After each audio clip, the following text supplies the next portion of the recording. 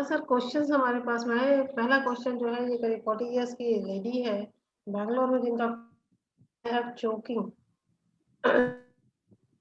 Choking and leaking in my mitral valve. जी जी। Kumud ji, mitral valve disease India में काफ़ी प्रेवलेंट है, और अगर वेल में रुकावट है तो उस पेशेंट को हम इकोकार्डियोग्राफी के साथ इवेलुएट करते हैं। इकोकार्डियोग्राफी में उस वेल्व की हम स्कोरिंग करते हैं, जिसको हम विल्किंसन स्कोर बोलते हैं। बेसिकली ये विल्किंसन स्कोर हमें वेल्व की कंडीशन बताता है कि वेल्व कितना ज़्यादा खराब है। इसमें स्कोर अगर लो होता है तो उसका उपचार आज के ज़माने में बैलून के ज़रिए अवेलेबल है। जिसको बैलूनिंग बोलते हैं लेमन लैंग्वेज में। हाँ जी, उसको बैलूनिंग की जा सकती है। और ये स्कोर अगर 8 से ज़्यादा है तो जनरली इन पेशेंट्स को हम सर्जिकली ट्रीट करते हैं। जब हम सर्जिकली ट्रीट करते हैं तो उसमें भी हमें 2 तरह के ट्रीटमेंट अवेलेबल होते हैं, जो बेसिकली डिपेंड करते हैं वेल्व की कंडीशन पे। जैसे वेल्व ये तंग है तो हम इसको सर्जिकली खोल भी सकते हैं, या सर्जिकली को निकाल के उसकी जगह पे आर्टिफिशियल वेल्व डाल सकते हैं।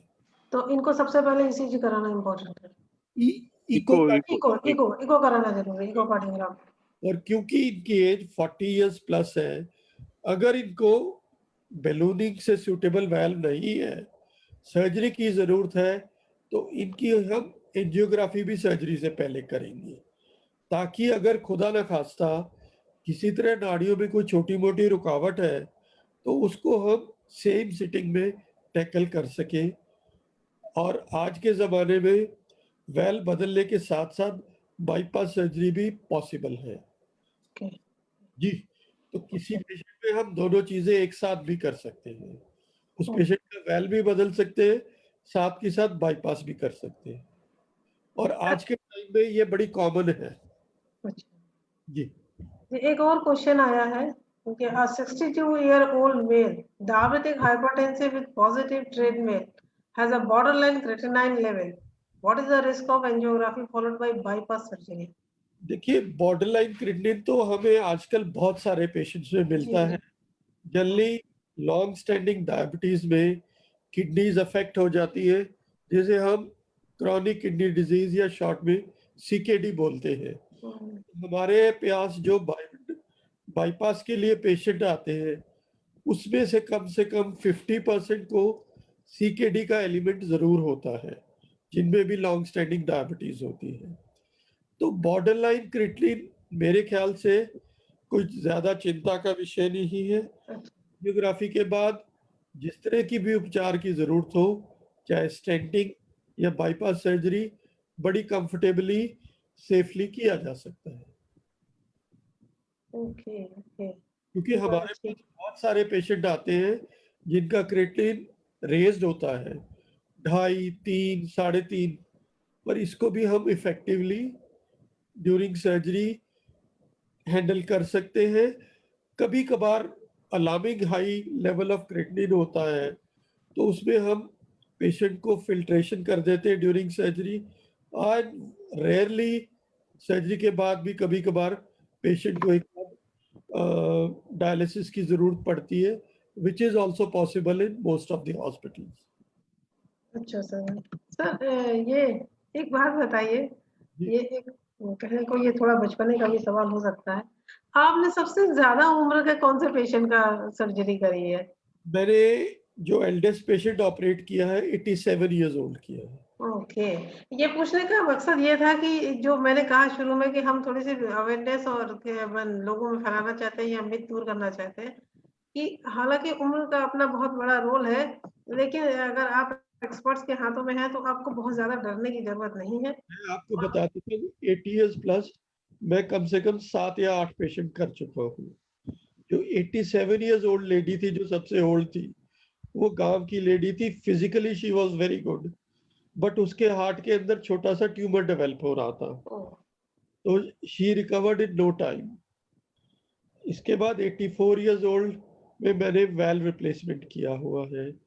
इसी तरह एक 82 इयर्स ओल्ड जेंटलमैन थे जिनकी एंजियोप्लास्टी हो रही थी तो नाड़ी फट गई थी, तो उनकी सर्जरी करके बाईपास सर्जरी की थी।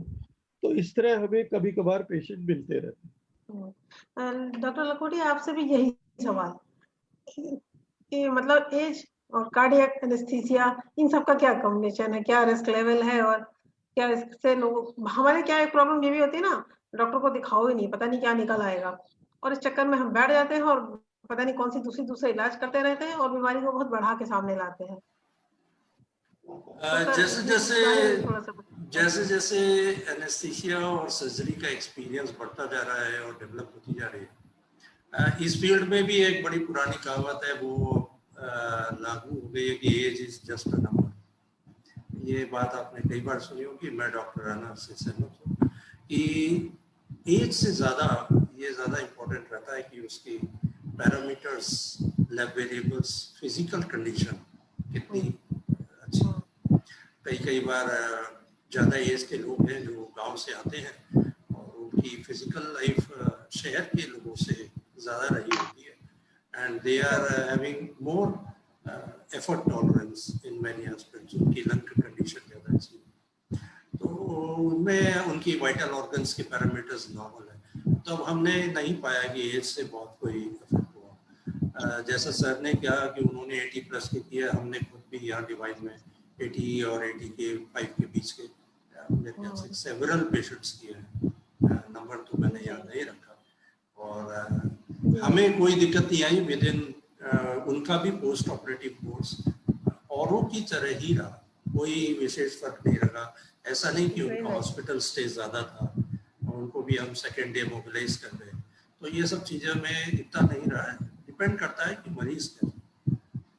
कभी कभी यंग पेशेंट है, ओबीज है, डायबिटिक है, उसके पोस्ट ऑप कोर्स थोड़ा ज़्यादा प्रॉब्लम दे सकता है एज कम्पेयर टू 70 इयर्स है और अदरवाइज। जी, आप दोनों लोगों ने जो फिजिकल हेल्थ के पैरामीटर्स की बात करी, उसके बारे में मेरे दिमाग में 2 सवाल आ रहे हैं। एक तो ये है कि जब हम बात करते हैं तो ब्लड प्रेशर, डायबिटीज, कोलेस्ट्रॉल, ये 3 बड़े-बड़े दुश्मन की तरह आके खड़े हो जाते हैं। सारी बीमारियों के लिए हैं, और हार्ट की जब बात करें तो ये और ज़्यादा हो जाते हैं। तो क्या हम इनको 1, 2, 3 के सीक्वेंस में डाल सकते हैं, या तीनों इक्वली डेंजरस हैं, पक्के दुश्मन हैं? डॉक्टर राणा? आप स्मोकिंग भूल गए हैं उसमें। हाँ, मैं सबसे पहले यही बोलना चाह रहा था। जहां तक नाड़ियों की रुकावट का सवाल है या लंग्स की बीमारियों का सवाल है, स्मोकिंग इज नंबर 1 कल्प्रिट। हमारे यहाँ लोग सोचते नहीं है कि स्मोकिंग इतनी हार्मफुल हो सकती है। इसी तरह जो पेरिफेरल वास्कुलर डिजीज है, जो टांग की नाड़ियों की रुकावट है, स्मोकिंग उसके लिए बहुत बड़ा कल्प्रिट है। इनवेरिएबली आप पाएंगे कि इस बीमारियों में नॉन स्मोकर तो आपको रेयरली मिलेगा। 95% स्मोकर ही होंगे जिनकी टांगों में दर्द है, नाड़ियों में रुकावट है, रात में सो नहीं पाते, दर्द हो रहा है। और इसमें ये नहीं कि स्मोकिंग करते रहेंगे तो ठीक होंगे। अगर वो लोग स्मोकिंग छोड़ देते हैं और ट्रीटमेंट लेते हैं तो more than 90% will show some improvement at least. बहुत से लोग हैं जिनकी नौबत टांग काटने की आई होती है, वो इससे बच जाते हैं और अपनी रूटीन एक्टिविटी धीरे धीरे शुरू कर देते हैं। मतलब कहीं तो देखिए पैर गल रहा है, गैंग्रीन हो रही है, टांग काटने की नौबत आ रही है, और स्मोकिंग छोड़ने के बाद, ट्रीटमेंट लेने के बाद। और दूसरा कल्प्रिट है डायबिटीज।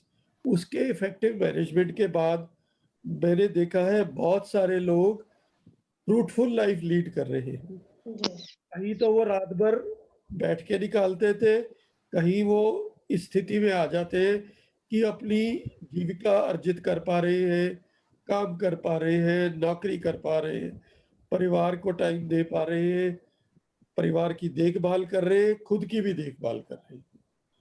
तो इन चीज़ों का, लाइफस्टाइल मॉडिफिकेशन का हार्ट की बीमारियों के साथ बहुत गहरा था। गहरा ताल्लुक है।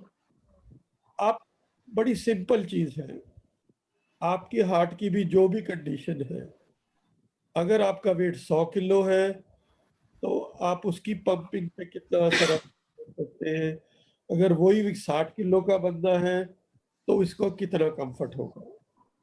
किसी भी बंदे के कंधे पे अगर 20 किलो की बोरी रख दे तो आप समझ सकते हैं वो कितना इफेक्टिवली चल सकेगा, और अगर बोझ उतार लिया जाए तो उसकी लाइफ कितनी आसान हो जाए। सही बात है, बिल्कुल। डॉक्टर लखौटी, आप कुछ कहना चाहेंगे? नहीं, बिल्कुल ठीक है। अच्छा, मैंने कहा था मेरे पास इसमें दो पर्सपेक्टिव है। एक तो ये सारे पैरामीटर, ये सारे दुश्मन की बात है, लेकिन बीइंग मेंटल हेल्थ प्रोफेशनल मैं इसमें याद करूंगी कि किसी भी उम्र का व्यक्ति किसी भी सर्जरी के लिए आ रहा है, फिजिकल पैरामीटर जो भी है, लेकिन उसके मेंटल स्ट्रेंथ और मेंटल हेल्थ का भी इसमें मुझे लगता है कि बहुत इंपॉर्टेंट रोल होगा, जिसको कि हम विल पावर भी कभी कभी कहते हैं। जितने भी पेशेंट, चाहे कार्डियक सर्जरी का हो या कोई और सर्जरी का हो या मेडिकल कंडीशन का हो, जिनका भी आईसीयू में एडमिशन होता है और एक्सपोजर होता है, तो उसमें काफ़ी अच्छी परसेंटेज है। कुछ स्टडीज के द्वारा तो 50% तक मरीजों को ये पोस्ट ट्रॉमेटिक स्ट्रेस डिसऑर्डर, उससे जुड़ी हुई बातें जैसे डिप्रेशन है या एंग्जाइटी है या नर्वसनेस है, ये सब चीज़ें पाई जाती हैं और ज़्यादातर ये नॉर्मलाइज हो जाती है। पेशेंट को हम लोग इसीलिए कम से कम समय अब आईसीयू में रखते हैं। कार्डियक सर्जरी के मरीज तो बहुत ही कम रहते हैं, मेडिकल कंडीशंस वाले ज़्यादा रहते हैं। उनको जब आप वार्ड में शिफ्ट कर लेते हैं वो सब नॉर्मलाइज हो जाते हैं। रेयरली कुछ मरीज ऐसे होते हैं जिनमें हमें फार्माकोलॉजिकल इंटरवेंशन यानी दवाओं की भी कुछ दिनों के लिए ज़रूरत पड़ती है। ज़्यादातर मेरे प्रैक्टिस में ऐसे मरीज जिनको ऐसी दवाओं की ज़रूरत पड़ी है वो रहे या जिनको एक्मो पे लगाया गया या जिनको किसी और कारण से वेंटिलेटर पीरियड ज़्यादा रहा। अदरवाइज अमूमन जो नॉर्मल कार्डियक सर्जरी करते हैं, अगले दिन पहले दिन ही उनका वेंटिलेटर से हट जाते हैं, अगले दिन उनका फिजियो शुरू हो जाती है, तीसरे दिन वो वार्ड में शिफ्ट हो जाते हैं, उनमें ज़रूरत नहीं होती। डॉक्टर राणा, कभी ऐसे कोई पेशेंट आए जिनका कि मेंटल हेल्थ बहुत बिगड़ गई हो या उनके मेंटल डिसऑर्डर या हेल्थ से रिलेटेड इश्यूज हो, जिसमें आपको साइकियाट्रिस्ट या इस तरह के लोगों को भी शामिल करना पड़ा हो? देखिए, कुछ पेशेंट हमें जो प्रीडिस्पोज्ड होते हैं, तो पर्सनली साइकियाट्रिस्ट को पहले ही इन्वॉल्व कर लेता हूँ। जो हमारे साथ साइकियाट्रिस्ट है उनको बोलता हूँ कि आप इवैल्यूएट कर लीजिए, क्योंकि जिस पेशेंट में हमें प्रोलॉन्ग्ड आईसीयू की संभावना है, आईसीयू में रहने की, इन पेशेंट्स में साइकोसिस कॉमन है। There is a definite condition which is known as ICU psychosis, जो हम सब cardiac surgeon time to time देखते रहते हैं। तो इसके लिए कुछ इफेक्टिव स्टेप्स हमें लेने बड़े ज़रूरी हैं। एक तो हमारी आईसीयू की स्ट्रक्चर कैसी है। हमारी आईसीयू ऐसी होनी चाहिए जिसमें डे लाइट ज़रूर आनी चाहिए, अंधेरा, ट्यूब लाइट 24 घंटे, इस तरह की आईसीयू कार्डियक पेशेंट्स के लिए अच्छी नहीं है।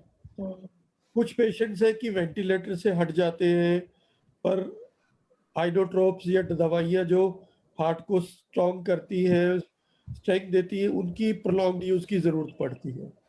इस तरह के पेशेंट्स को हम जनरली या तो व्हीलचेयर में विद स्टैंड के साथ दवाइयाँ चलती हुई उनको हम आईसीयू से बाहर घुमा देते हैं, विंडो के पास बैठा देते हैं जहाँ से वो बाहर देख सकते हैं, आते जाते लोगों को देख सकते हैं, नॉर्मल रूटीन एक्टिविटी देख सकते हैं।